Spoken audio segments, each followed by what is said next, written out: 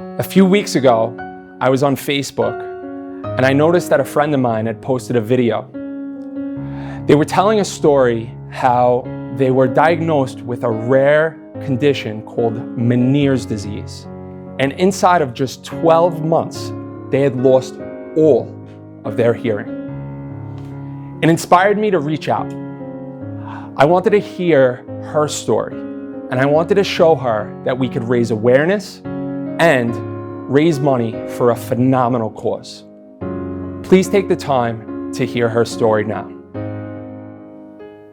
Thank you for tuning in today. My name is Daniel Burns, and I'm sitting here with a very inspiring friend of mine, Lori Savino. Lori, thank you for being here today. I can't thank you enough for having me, Dan. It's so good to see you. It's been a couple of years. Yes, yes. I just want to actually start saying that for us to communicate, this phone is a Google Pixel, just recording the conversation, so I'll have to look down every once in a while if I can't read your lips. Sure, no problem. So, Lori, when we worked together, we were working together by facilitating Dale Carnegie classes. And that was some years back. But tell us a little bit about what you've been doing since and the business that you've built. So great when we went through that Dale Carnegie experience. And I have to say, you were the best coach I ever had. And I always said you needed to be a trainer. And that was a great journey, actually becoming a trainer. And that took a few years. And as you know, Dale Carnegie takes very, very seriously on going through that journey. And one of the things I can't wait is to facilitate a class again. But in the past 5 years, I have gone into real estate. I am actually an associate broker. I got my associate broker license in September. Okay. I am licensed in both New York and New Jersey, which is great. So I specialize in moving people from sort of state to state in one smooth transaction. Great. Now, recently, you went on social media and you told your story of something that you went through. And tell me a little bit about that, and why did you decide to do that now? It took me months really to actually do that video. I wanted to do it for so long. So in August of 2020, I woke up with vertigo so bad that the room was spinning. I had to voice out a friend of mine to come help me and literally hold on to the walls to let her in my apartment. And she called my sister, and that started our journey into finding out there's something called Meniere's disease that affects about 40,000 people in the US. And it is inflammation in the inner ear, and you basically started what I thought was just an ear infection, and I wasn't feeling good prior to that. I then lost about 35% of my hearing. I could only go from the bedroom to the bathroom for 3 weeks. I couldn't drive for 6 weeks. I was actually walking with a cane, nothing that I look now. I had to go to physical therapy to walk straight again. So at that point, then I got hearing aids, and I was sort of back in business, and it was okay about 2 months later. Yeah. But then every couple of months, I would lose more and more hearing. So in March of 2020, March of 2021, I'm sorry. I literally couldn't use my cell phone anymore. So it was bad, and I can't thank my family enough. And they found me, my younger brother found me this phone, which is called the Google Pixel. And so apparently Apple went after the blind business and Google went after the deaf business. So the whole phone is closed captioned. I'm able to have conversations, sort of get, back to hearing, back to business. And then, in August of 2021, it was totally gone in 1 year. And even the doctors couldn't believe it. It just happened so fast. I was born deaf in my left ear. So for me, it affected me differently than it would affect most people. So my balance is still off. One of the things with Meniere's disease is your balance, because when you lose your hearing, you lose your equilibrium. Yes. So that's something that's been sort of a really big challenge. And I wanted to kind of tell my story to see who else was going through this. And also because as I was reaching out to people, they didn't know what to do. And with the technology, I'm a real estate agent. I'm used to being high powered, right? And helping people find their home and selling their home. And I couldn't do that effectively. So by trial and error, I was able to find that. So it's something that I really sort of close to my heart now is to go out there and help people to figure out make awareness about Meniere's disease, losing my hearing. And in a couple of weeks, hopefully, if everything goes right, I'll get what's called a cochlear implant. And that will help me to regain my hearing again. So that's really what I wanted to just sort of talk about and go to social media. And it was amazing, the outpour. You reached out to me and just really hearing people. I actually just helped an agent who was in a similar situation, who lost her hearing at 25, and not losing it. And she's like, she can't use her phone anymore. Told her about the Google Pixel. We were talking about things that I've learned, and it was so nice to sort of help somebody else. Amazing. So there you were. You had just launched this real estate business. All of a sudden, COVID is in full effect. And I could only imagine what it's like trying to sell real estate in Brooklyn during COVID. Yeah. And then this gets compounded by this diagnosis that you got of Meniere's disease. Tell me a little bit about what was going through your mind at that time. I have to tell you, when in March of 2020, when COVID hit and the world shut down, we were not allowed to sell real estate for 3 months. That's right. So that was a really difficult time to be able to survive, make money. We had to get creative. Yeah. We were doing a lot of things with filming. Yeah. I actually successfully sold a house purely on FaceTime. Amazing. So it was like, you have to figure it out, right? We're shut down. I can't meet anybody. How are we doing this, right? Yeah. So that's a really interesting to kind of do that. And then during all of this, I started to lose my hearing, and we have to wear masks.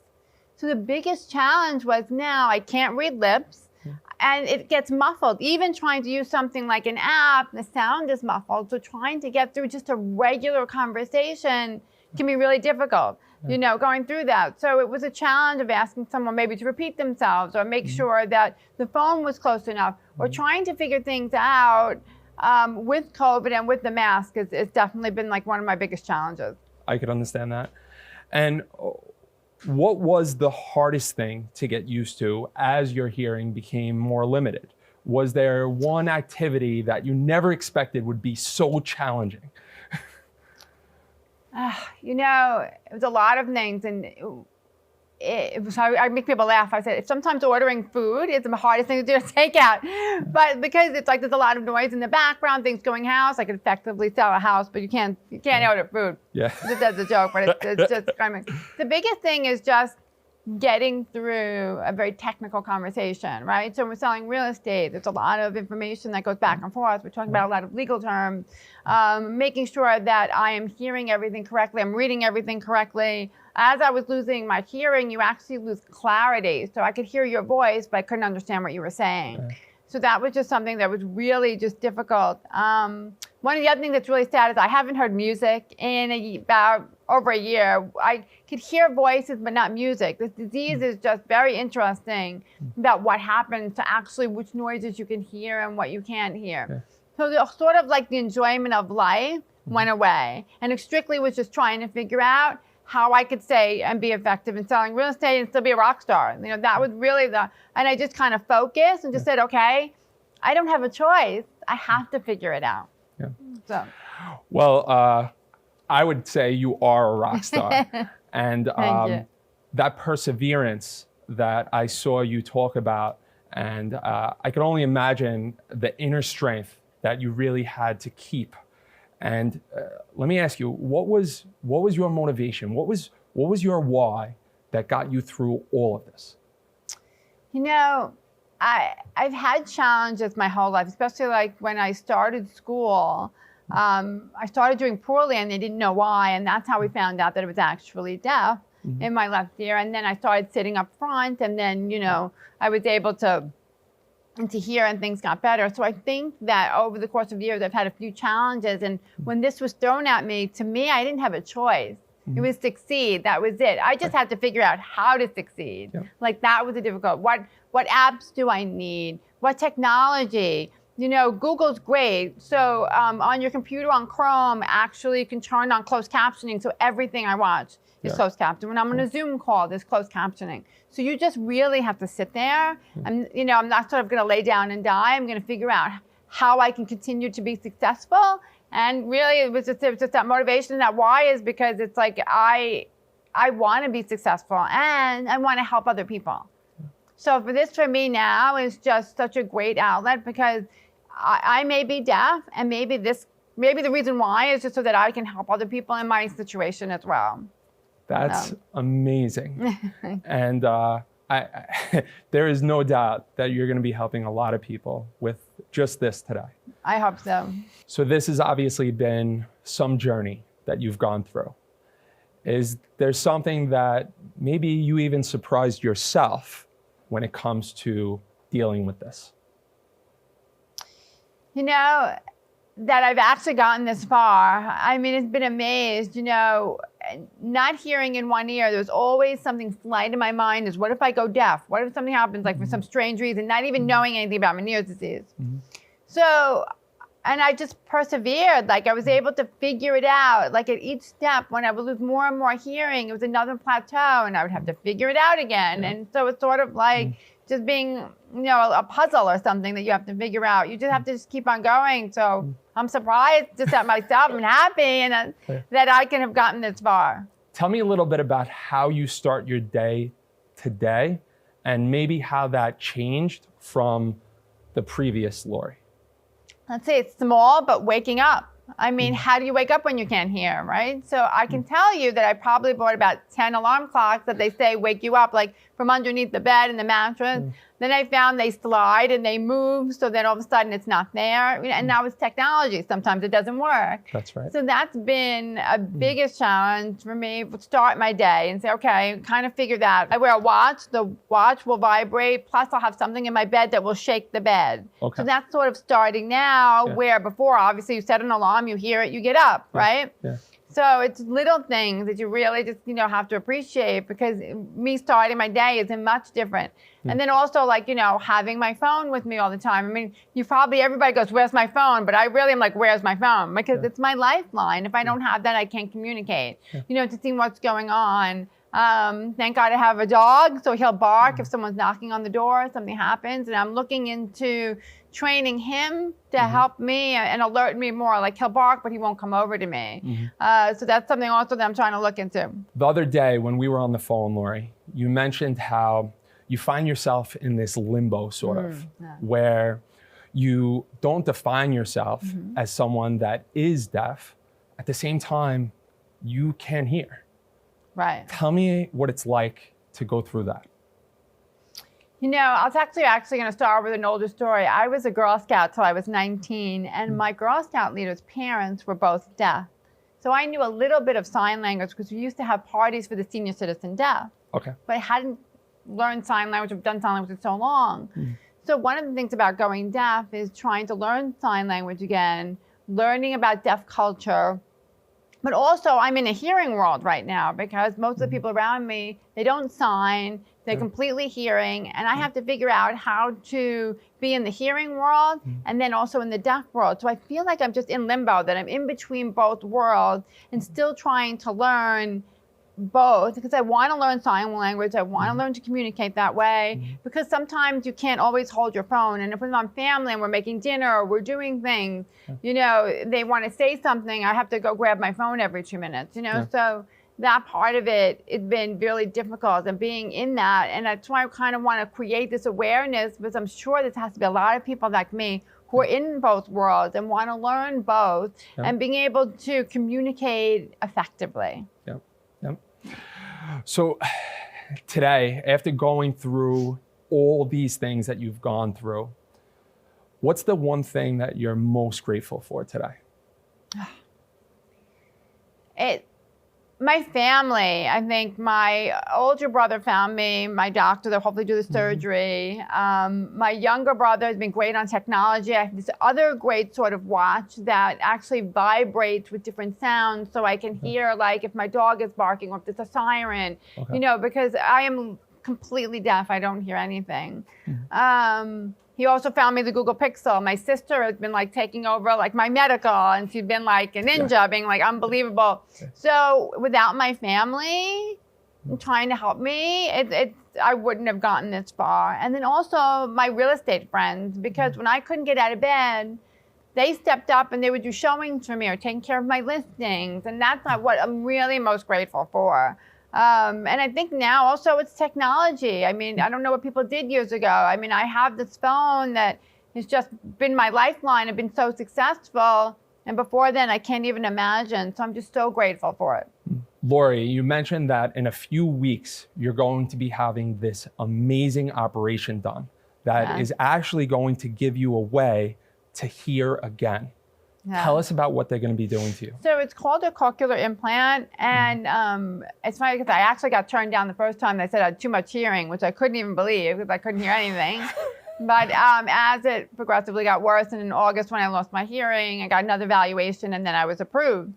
So they are basically going to bypass the eardrum, go back into the cochlear to implant like a little, basically some wires in a device that will then be connected to a magnet that'll be on the side of my head. And then there's a processor.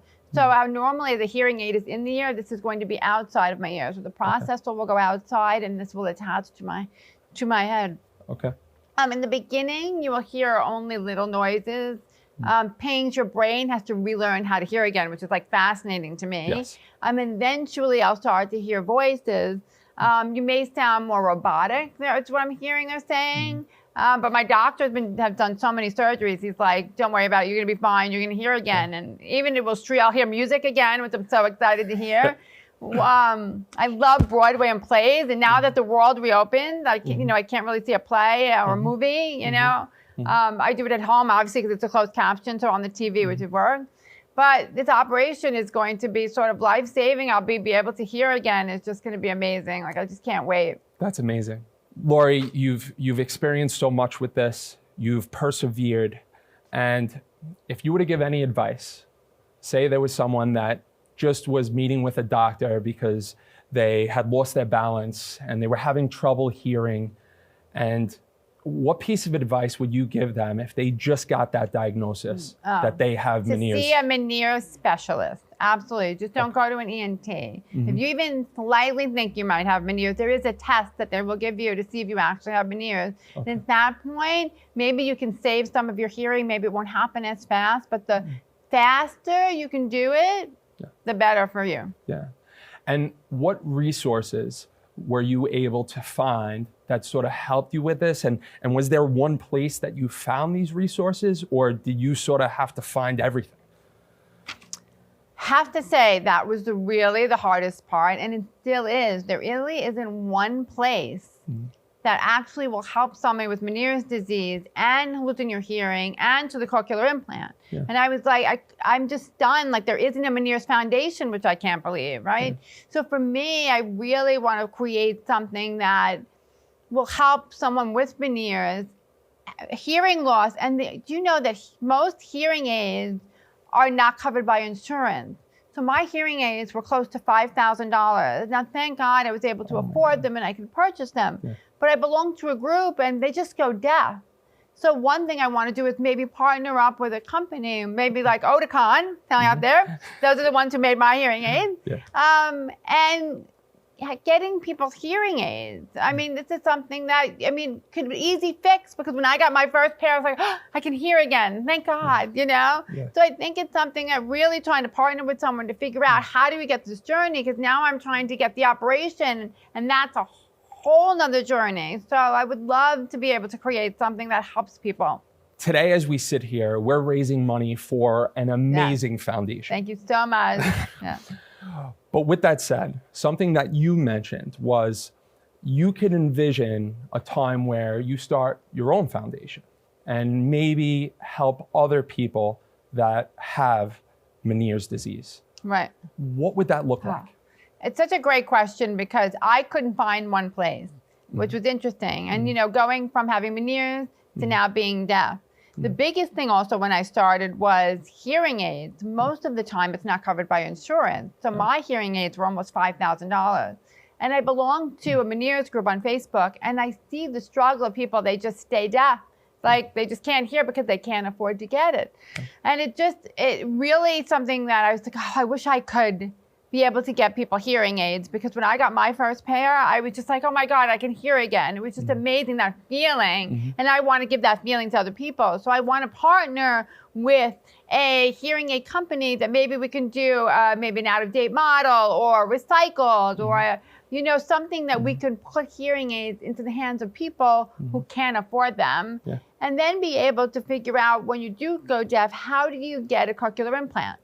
You know, and be able to know who the best surgeons are. Is it covered in insurance? Because right now I'm having a little bit of an insurance nightmare too, trying to cover it and make sure. And that shouldn't be, because this is something that I need to sort of live and succeed and go forward. You know, we had this technology, you know, then why can't I be able to get that? And I want to create that for people, because I know the struggle I went to figuring out what the best Meniere doctor was, right? And then for the hearing aids, this should be simple. And to be able to do that for people would just make me so happy. Yeah.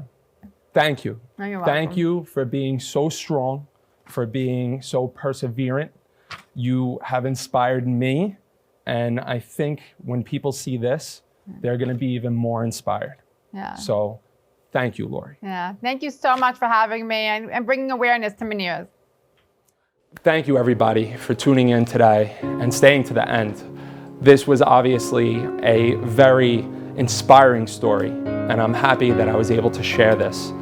So how can you help? Well, above in the comment is actually a link to the foundation.